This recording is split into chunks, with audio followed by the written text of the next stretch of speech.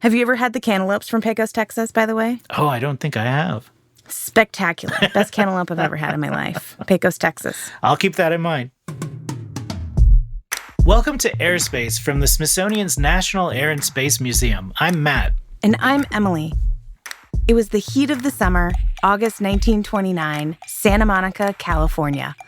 20 pilots took off, headed for Cleveland. This is not the first time Santa Monica was the start line for a cross-country air race, and it wouldn't be the last.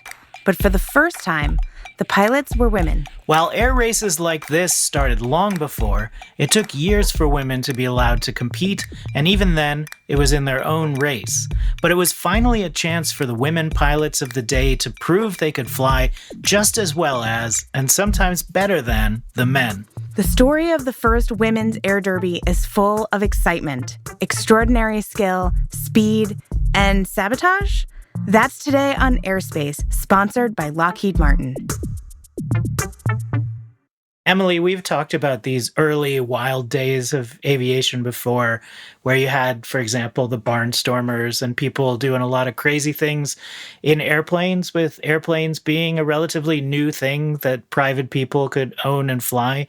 There were pilots out there looking for ways that they could show off their skills, attract sponsors, become famous.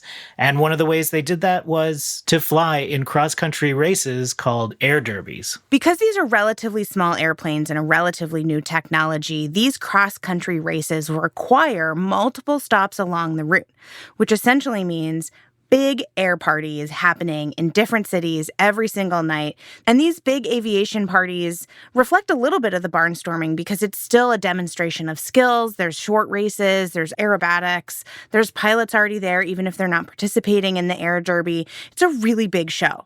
That's right. It was a big show. And to learn more about the race and how it was perceived by the people who watched it or read about it in newspapers, we spoke to the museum's newest curator, Dr. Caroline Tapp. So, hi, I'm Caroline Tapp. I'm an aeronautics curator at the Smithsonian National Air and Space Museum, where I specialize in the social and cultural history of aviation and general aviation.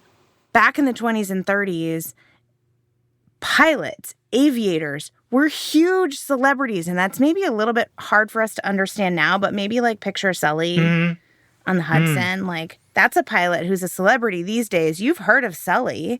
But back in the 20s and 30s, pilots had this huge celebrity status. Yeah, I mean, and for the most part, these were people who were using technologies most people hadn't yet really experienced for themselves and taking risks that kind of made them seem heroic in the eyes of those who came out to see them. Women still lacked formal opportunities to compete or showcase their piloting skill, if you will. So there were, beginning in 1920, what we know as the National Air Races. So by 1929, these had been going on for almost a decade. And Clifford Henderson, who was one of the race promoters, pushed for this derby. He really advocated for women's involvement in these races. But what really brought it to the forefront was the sponsorship of the National Exchange Club. They elected to sponsor an all-women's air derby.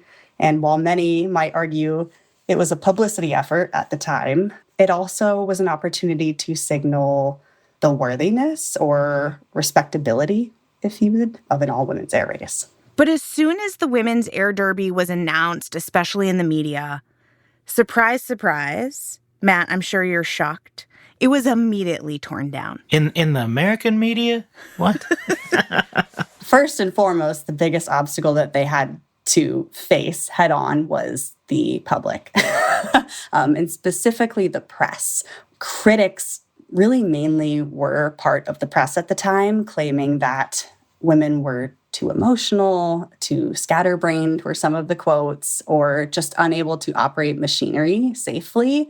So many of these women pilots, whether in memoir form or some of the archival records, recount that newspapers didn't just doubt them, they almost ridiculed them in a sense. They questioned women's nerves, they questioned their judgment, their emotional stability, things like that. They really faced this head-on challenge of public perception. It's kind of like on the internet, never read the comments. But there was a lot of negative press. And in fact, even by some of its supporters, it started to be called the Powder Puff Derby, which is not the most kind of positive way of spinning what this is. Will Rogers made a throwaway comment in the early press coverage of the Derby that referred to it as a powder puff derby.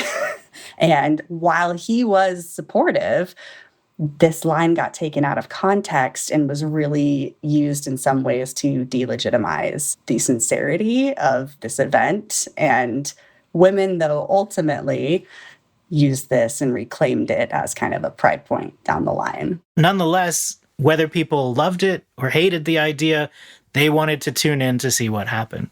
So participants had to, in order to compete in this derby, have 100 hours of solo flight, including 25 hours of solo cross-country, to points that were more than 40 miles from the starting airport. So that's what constitutes cross-country flight at that time.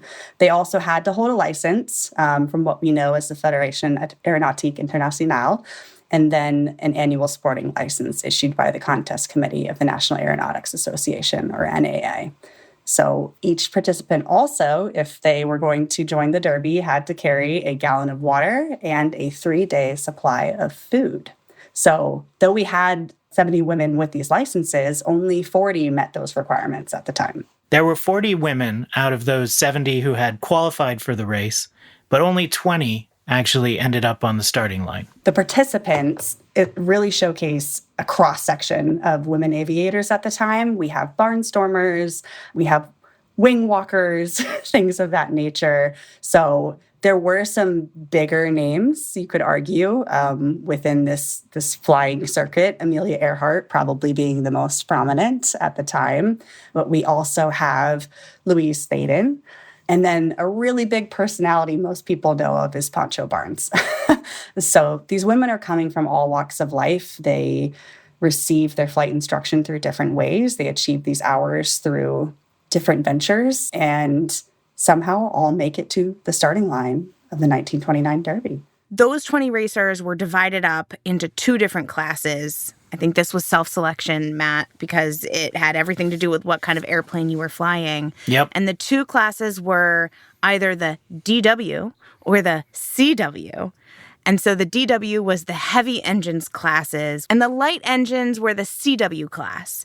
And the classes are based off of engine displacement, and I'm talking like this because I'm making it sound like I know anything about engine displacement, which I absolutely don't. But essentially think about it as heavier engines have more volume on the inside. Smaller engines have less volume on the inside. Bigger displacement means bigger engine, means more power, means heavier airplane. And the C and D classes of the men's air derbies were what was being replicated here for the women's air derby, except for the W designates that it was women classes. Right. And that was actually easier to classify than the actual amount of, to introduce another technical term, horsepower, that we now have standardized ratings for, which they didn't back then. But the internal volume or volume displacement, that they could measure directly. Which is why the displacement was a really good mechanism for talking about a heavy versus a light aircraft. So the excitement actually began even before the planes took off. Pre-race, I think one of the most legendary, maybe embellished incidents that occurred was Phoebe Onley. She actually landed in a field the night before the Derby was to even begin. And while she was trying to speak to local farmhands, a sheriff actually intervened, and the sheriff was convinced that she was smuggling drugs with her aircraft. The women did go searching for her. It was, again, the night before the Derby, so she's local.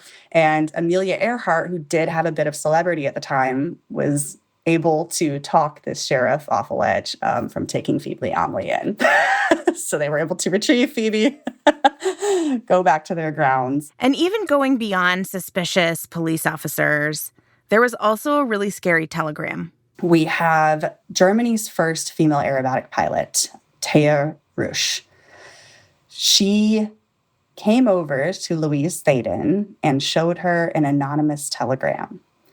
And the telegram simply said, "Beware of sabotage."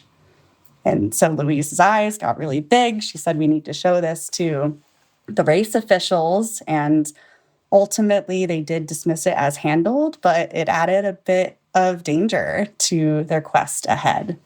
Matt, what was it like at the beginning of the race? How did it start? I mean, is there somebody there with like a track and field, like bang, bang? Or can you kick us off? So it wasn't about everyone starting all at once and then crossing a finish line all, in one group. It was actually about, timing each of the intervals that the women flew from city to city. And so in the beginning, August 18th, the pilots all lined up with the 6 in the light class taking off first. They took off at 1-minute intervals so that their clock could get started. And so as also to keep a safe distance from each other on the ground so that they obviously wouldn't have any collisions on the runway or as they're first getting up into the air. And this is an interesting way of visualizing a start of a race because I can't imagine 20 airplanes taking all off at the same time from a single airfield. That feels like a disaster waiting to happen. And because of the way each leg of the race between each city is timed independently per pilot, so it's not like everybody has to jump off the starting line at the exact same time. It's not that kind of race. Exactly. Yeah. And that would happen again in the different cities that they stopped in along the way. So they flew first to San Bernardino, then they would stop in Yuma, Arizona, then Phoenix, then Douglas, Arizona, then El Paso, Texas, Pecos, Texas, Midland, Texas, Abilene, Texas, Fort Worth, Texas. Texas is huge. St. Louis, Missouri, and Cincinnati, Ohio, before finally finishing in Cleveland. And this is where the parties happen, Matt. Every night, they land in a new city. And every night in every city, the pilots are going to take care of their aircraft. They're going to get some good sleep. They're going to get refreshed for the next day. But they're also going to be wined and dined, although not wined. This is prohibition, after all. So they're going to be watered? A little liquor under the table, maybe. I don't know. Depends on who you know, right? Rich.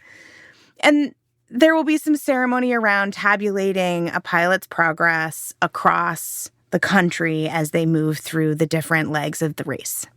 Matt, you mentioned that before the air races started, things already got exciting, right? We had police, we had suspicious telegrams, and then the race itself was incredibly exciting. There was no dull moment. Yeah, right from the outset, things started to happen. So, for example, racer Claire Fahey was forced down with motor trouble between San Bernardino and Yuma. So just during that second leg.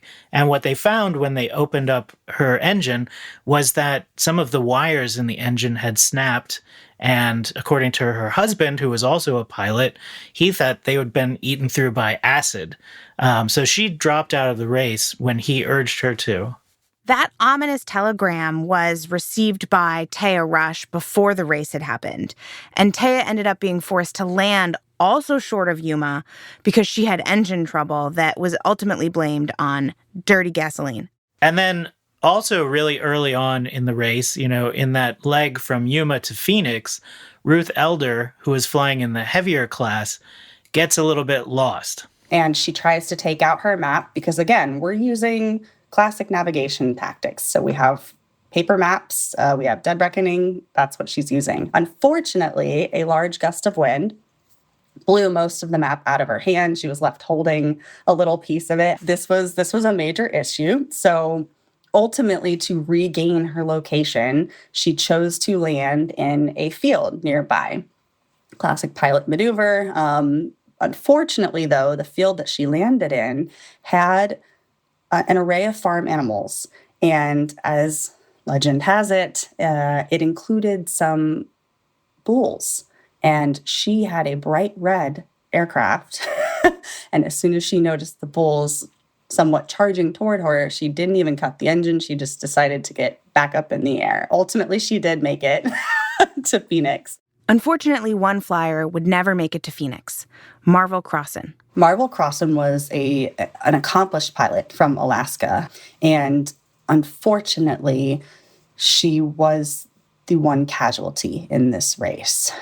The incident occurred shortly after her takeoff from Yuma, Arizona, and The investigation ultimately concluded that it was likely carbon monoxide poisoning from an exhaust leakage that caused her to lose consciousness and therefore control of the aircraft, which is not unheard of at the time.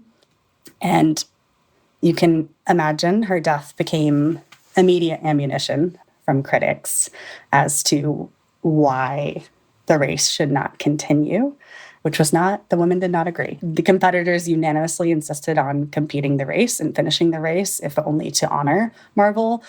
Earhart was quoted essentially with saying that Marvel Crossan left a challenge to the women of the Derby to finish for everyone's sake. So it was a very sad moment in the course of events. It did impact the women.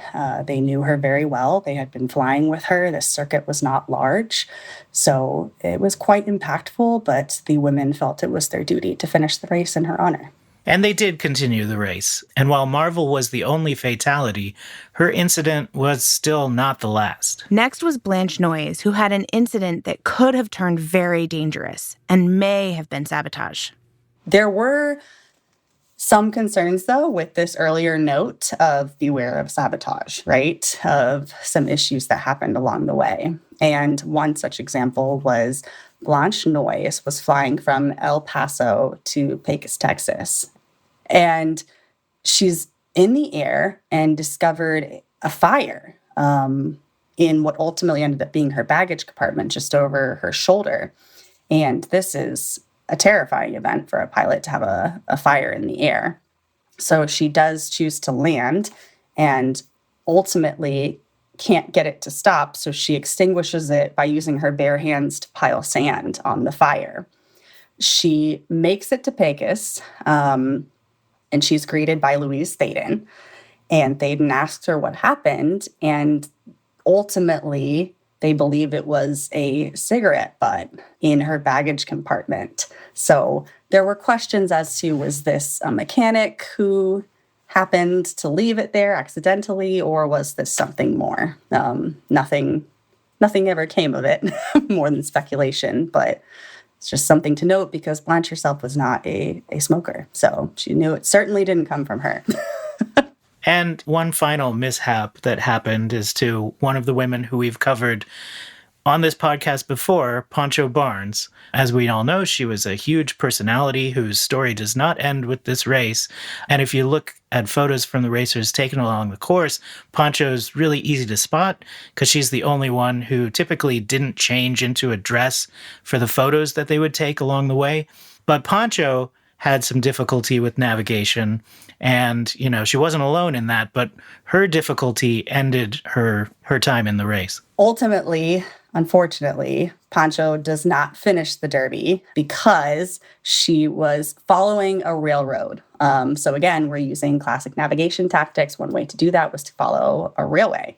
And it ended up being the wrong one. So she landed in a field.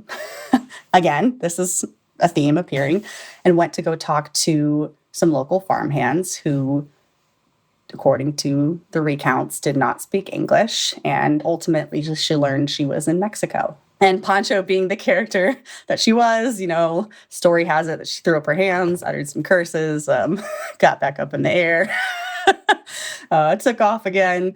She proceeded to Pecos, Texas. And unfortunately, these landing strips. So when you go to pull up, when you go to flare at landing in the aircraft at the time, it was very hard to see anything beyond your immediate line of sight as you're flaring.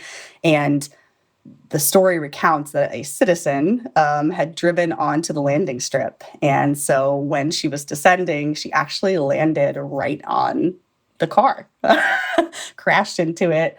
She demolished her travel air, and ultimately, while she was okay, she was not able to continue on in the race. The early part of the race is where we have most of these stories coming from, but later parts of the race had a lot fewer incidents. And it's possible that after all of these incidents happening so early on in the race, the organizers got a lot more serious about safety and security of the airplanes, safety of the pilots, as they rested overnight in the airfields. It's hard to imagine, Matt. It's hard to imagine you have all these airplanes that everybody's very excited to see that are part of this very high-profile race, and they're just sort of like, they just park it over there. It'll be fine. After all of these incidents that we've just been through and, the continuation of the race, 15 of the 20 original pilots that started the race finished in Cleveland. And they were greeted there by a crowd that was estimated to be over 18,000 people. So quite a large audience of folks who wanted to see who was going to win this first women's air derby. And because there's 2 classes, we have 2 winners, one from each class.